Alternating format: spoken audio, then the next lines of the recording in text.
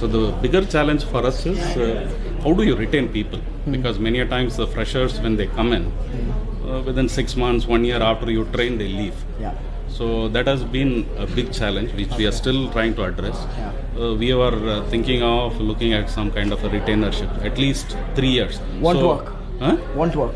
I don't know. So I'm just saving you time. Yeah. Okay. Fine. So that's why I was just trying to figure out how do we do this. So I want you to understand this.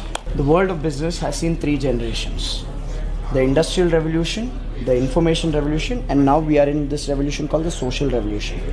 Industrial revolution, people took a job for survival. They wanted basic necessity of roti, kapda, makan.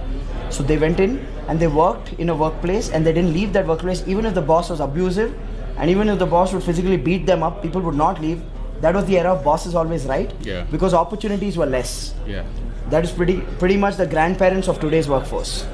Then came the information revolution, where all these IT companies, brands started building, and the workforce then came to work not for survival because their parents took care of survival. This workforce went to work for standard of living.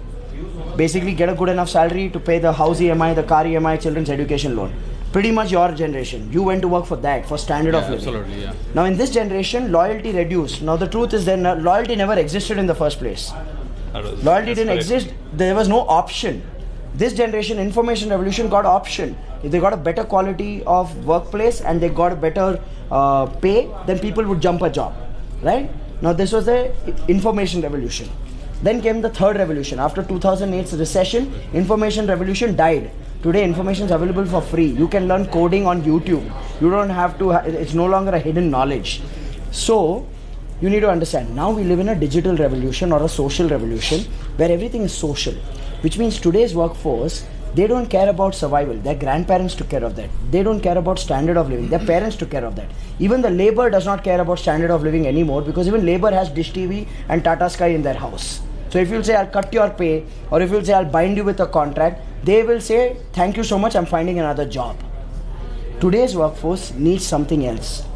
They want quality of life, not standard of life. Standard of life, parents took care. Today's workforce is thinking quality of life, which means quality of workplace, which means quality of job, quality of environment, quality of role, opportunity, learning and rewards, all of that. Unless you don't have a mechanism for that, you will always grapple with this retention challenge. See, the whole